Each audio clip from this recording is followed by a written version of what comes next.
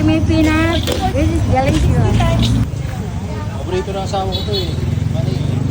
Okay. Every additional.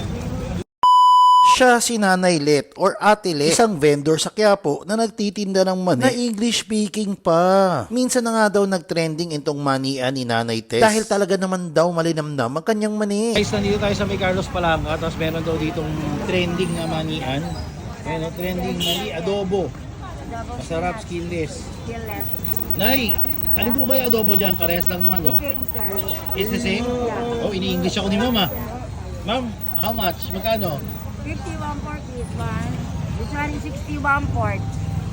1/4, 60, And then 50 that one. 51, 1 port. 1/4. Yeah.